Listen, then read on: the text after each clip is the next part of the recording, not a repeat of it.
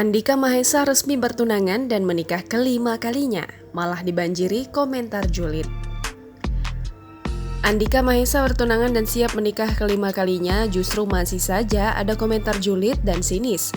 Ironisnya, komentar julid itu diisi oleh warganet berjenis kelamin laki-laki.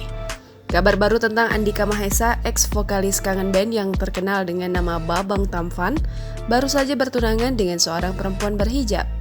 Andika dengan gagah berbusana batik, sedangkan calon istrinya mengenakan kebaya krem dan kain bercorak senada dengan Babang Tampan. Lewat dua foto yang digabung menjadi satu itu, Andika menyerahkan cincin kepada tunangannya. Di samping itu, dekorasi hiasan bunga melatari foto pertunangan itu.